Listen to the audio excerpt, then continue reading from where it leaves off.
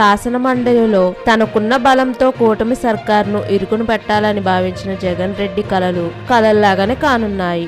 YCP ఎమ్మెల్యేలు ఆ పార్టీకి గుడ్ బై చెప్పేందుకు నిర్ణయించుకుంటున్నారా అంటే అవుననే అనుకుంటున్నాయి వైసీపీ వర్గాలు.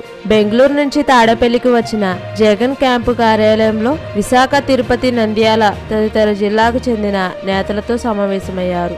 రాష్ట్రంలో పార్టీ పరిస్థితి, చేపట్టాల్సిన కార్యక్రమాలపై నేతలతో జగన్ రెడ్డి చర్చించారు. మండలిలో వైసీపీకి ఎక్కువ బలం ఉన్నప్పటికీ త్వరలోనే కొంతమంది ఎమ్మెల్సీలు పార్టీని వీడే అవకాశం ఉంటుందని నేతలతో చెప్పినట్లుగా సమాచారం. పార్టీ నుంచి వెళ్ళిపోవాలనుకునే వాళ్ళు వెళ్ళిపోతారు. అలాంటి వారిని ఎంతకాలం ఆపగలం? అది వారిష్టం.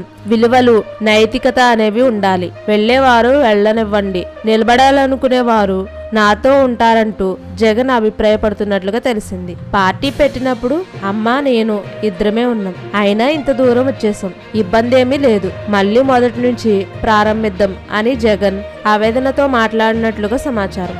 అయితే ఎమ్మెల్సీలు ఎవరెవరు వైసీపీని వీడుతారనేది ఇప్పుడు చర్చనీయంగా మారింది.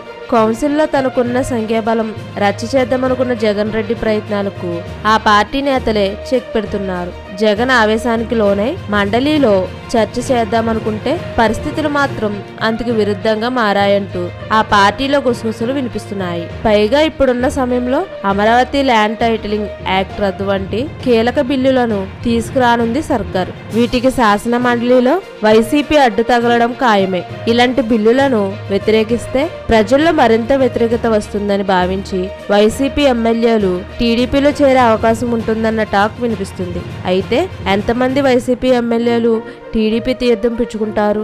అనర్హత వేటు పడకుండా తెలివిగా మండలిలో వైసీపీ పక్షాన్ని టీడీపీలో విలీనం చేస్తారా అనే చర్చ కూడా జరుగుతుంది.